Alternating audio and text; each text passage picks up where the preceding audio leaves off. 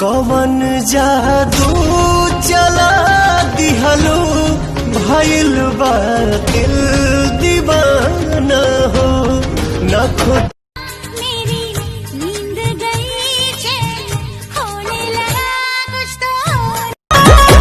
कुछ तो दहिया बखता कलाई ले आवत बड़ू दर्द के दवाई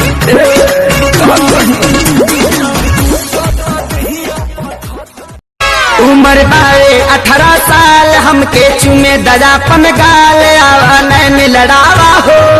ई जाने बतोहरे नाम जाने जब मत तरसावा हो।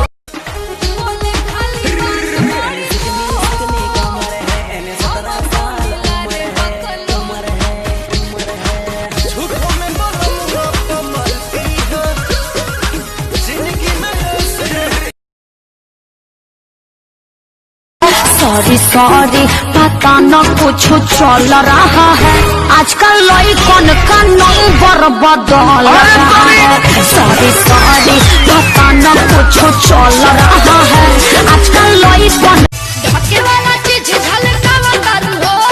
पेंधी जालीदार काहे आवा तारू हो गोरी ठीक कमन फैशन देखावा तारू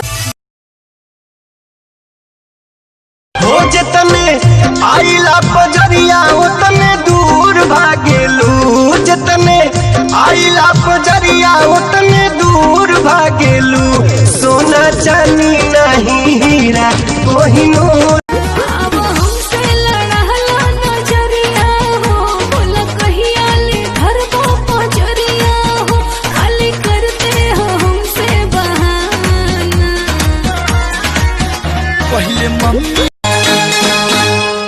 प्यार जो किया है तो भुलाना ना मुझे छोड़ जाना ना मुझे तड़पाना ना मुझे ना छोड़ना मुझे तड़प तुम आओ जी बिन भेंट के आ रहा है रोना भैलल बाया बही भैलल बाया बही सगरो करोना रही में रही है सोना। मीडिया वाला मोदी जी से पूछ गए कि मोदी जी अब हमेशा रोते में कहे स्पीच देते हैं तो मोदी जी कहलखिन कि अरे हम पीएम हैं पीएम यही से रात में आते हैं एम रहते ता ना दिन में आते। गुजरेंगे मेरे दिन